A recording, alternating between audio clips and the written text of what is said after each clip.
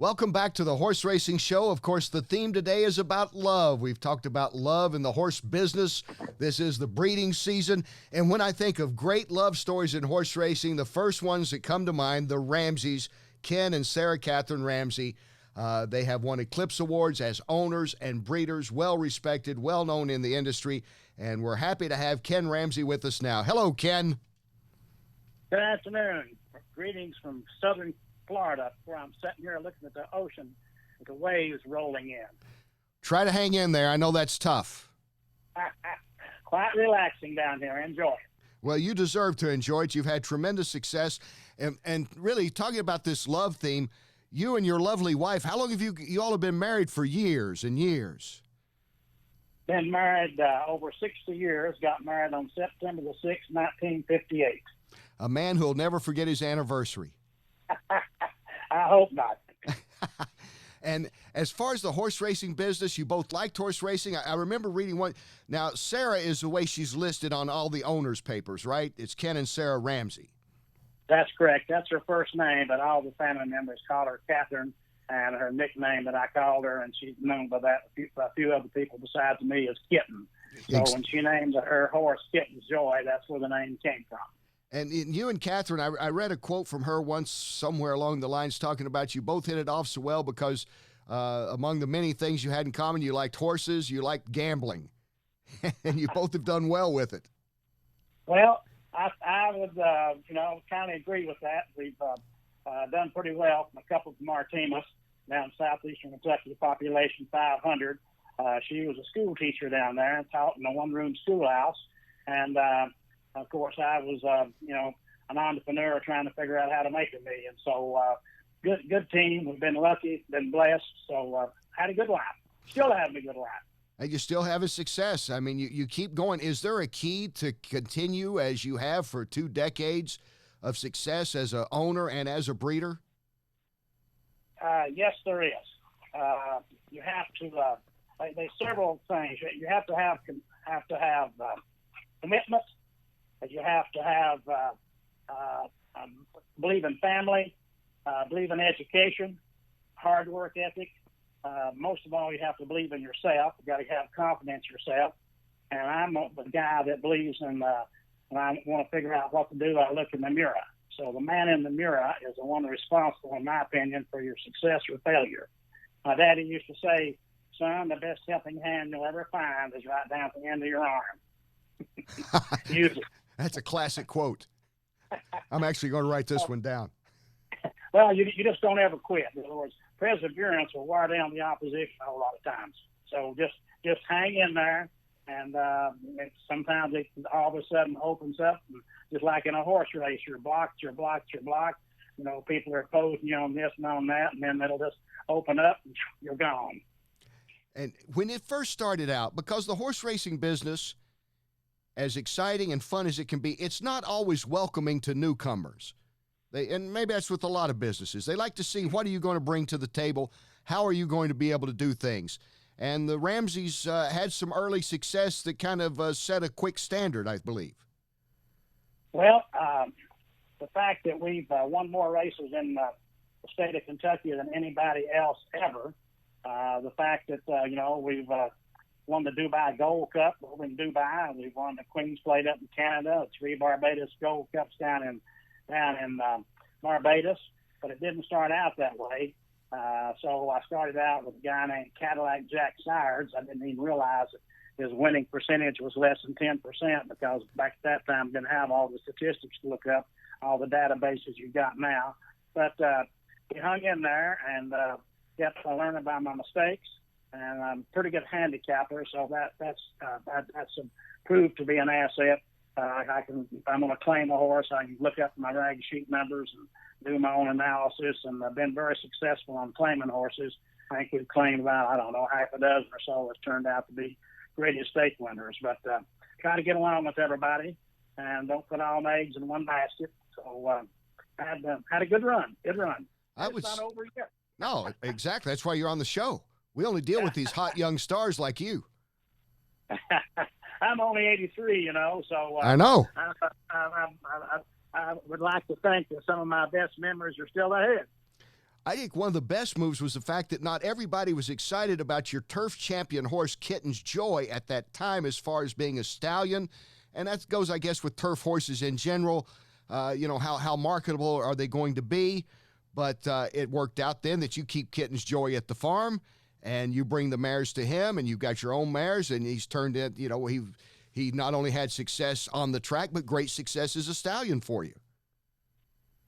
I didn't have any experience in the horse racing business growing up. My Uncle Walter had 2 mules that he used for farming. That's the closest I ever came to seeing a horse. But anyway, Kittens Joy started out to be a good one. Dale Romans trained him for me. He started out his very first race on the dirt because I want to make a derby horse out of him and didn't do any good. And then he became successful as a turf horse. On his 3-year-old season, I wanted to run him on the dirt because I'm trying to win that elusive Kentucky Derby.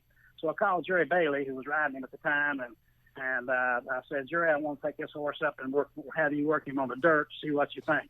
And he worked him on the dirt and come back and said he still had a kick in at the end, but not as much as he has on the grass. For my horse, I'd keep him on the turf. So Jerry Bailey, being one of the greatest jockeys of all time, I listened to his advice. So we never ran a horse on the dirt again. So turned out, he made over $2 million, a wonderful career as a stallion.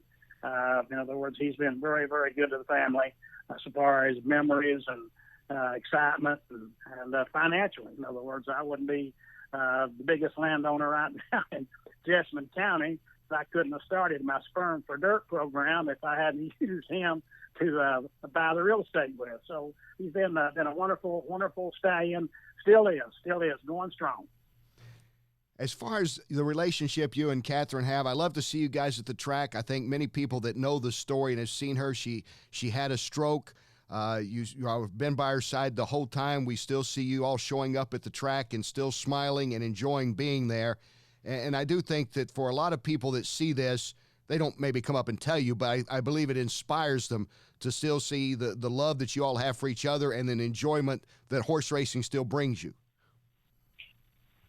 That's true. We're dwelling on what we still have rather than what we lost. She still goes to the racetrack with me. She still enjoys the thing. That's been the only rain on our parade the entire 11 years of since she had the stroke. So we just got back off of a 14-day cruise down the Caribbean. So that bodes well for her being able to travel around and enjoy it to the extent she has, even though she's still in a wheelchair. We got a good life. We winter in Florida. They're on the beach on the condo, only a couple miles from Gulfstream. And spring and fall, we on the farm in Kentucky, so we go to Keenan and Churchill Downs. And in the summer, we go up Saratoga. Got a house on Fifth Avenue up there that backs up the Oklahoma training track that we call Backyard Heaven. I named a horse that, Chad Brown. Won the Alasheba Stakes with him. We thought was going to win some big races, but he came up with some sore feet. But he's at the training center now being freshened up. So expect Chad to get him back around the 1st of March or 1st of April and expect some big things from him this year. I can tell your horses a lot, obviously, when the name's Kitten is the pet name you have for your wife, and, of course, goes back to Kittens Joy. And then you name a lot for friends. Somebody you like or know or a relative, they'll throw the name in there. Well, Governor Jones, who was partners with me on a horse called Ghazi a long time ago, told me if you're going to stand the stallion yourself, you should put his name in the horses that he's sired to him on your farm. So I didn't do that one year. But anyway, after that, we started using the brand name. So he's a jewel. He's a jewel. Talking with Ken Ramsey, who has won 4 Eclipse as outstanding owner, 2 as outstanding breeder, he and his wife, Katherine. And I guess the big thing was if you made a phone call in Georgia or the Carolinas or Oregon or California or Kentucky, you were probably making a cell phone call on one of the towers you used to own before you sold it out and got in the horse business. Well, that's true. We decided that the cellular telephone business was going to be a better mousetrap, so we applied for all those cellular telephone applications. The wife won one in Georgia, and we sold it for $30-some million. So now that changed everything. I've still got some of the tires, so we take some money in off of that. Anyway, you were talking about the wife. You know what it took to keep a marriage together. We've, I guess you might say, we're committed to each other. We communicate well. We got a lot of common values. I'd say marriage is 50-50. She don't tell me what to do. I don't tell her what to do. We've never argued about money where we had a little or a lot. We're kind of a team, and we love each other. So I think that makes a big difference. We've had 4 kids, 4 wonderful kids, and 6 grandchildren. So these horses have they've been a sort of a love affair with us. They've brought the family together for so many happy memories. Like Stephanie's kitten you're talking about naming. I named for my granddaughter, who's now taking a break, 1 semester off from where she goes to school down at High Point, North Carolina. She's spending a semester as an exchange student over in University of Essex, a place called Colchester, just outside of London. So that's worked out well for her. And I've got her twin brother, William. He's taken off a semester from Butler University over in Indianapolis, and he's going to Maynooth University over in County Kildare, Ireland. As a matter of fact, Dermot Whale, my trainer for over 20 years, has got him under his wing over there, taking him to the races, trying to give him a little equine education. All Ramsey connections have to have an equine education somewhere along the way. That's truth. And I want to say also that travel is a big part of the education. All my kids have been in all 50 states, and we have a little, we've taken our kids out of school a few times for a big horse race or some important event, and we have a slogan in the family. Because one time the wife didn't want to take one of them out. She said, I think it's more important to go to school today. And I came up with the slogan, don't let a little schooling interfere with a good education. So I think you need to travel around and see how the other half lives. And you've done it well. And my regards to Katherine. Ken, I really appreciate you doing this. And we'll get you back on down the road on this show. And I'll just give this out there for those watching or listening to us. If you're ever at the track, if you ever want a handicapping tip, the best owner for a handicapping tip, I believe, is Ken Ramsey. He's certainly in the top 3 all-time owner handicappers. I'll say that. Let me tell you what I'm doing for the wife for Valentine's Day, since it's a love thing. Okay. I'm getting her a box of chocolates, a dozen red roses, a card that says something, basically says I love you on it, and I'm going to take her out to dinner. There's a lot to the old slogan, that roses are red, violets are blue, sugar is sweet, and so are you. So I try to treat her that way and make a lot of brownie points. You don't miss a beat, Ken. Congratulations. Over 60 years of marriage. We look forward to seeing you at the racetrack, and thanks for being on with us. Okay, see you in the winner's circle, Kenny. Thanks for the opportunity. All right, thank you very much, Ken Ramsey.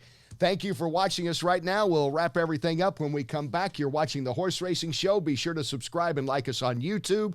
You can listen to us on iTunes, on Google Play as well. Go to our Facebook page, which is the Horse Racing Show, or on Twitter at Horse Racing Show. We'll be right back.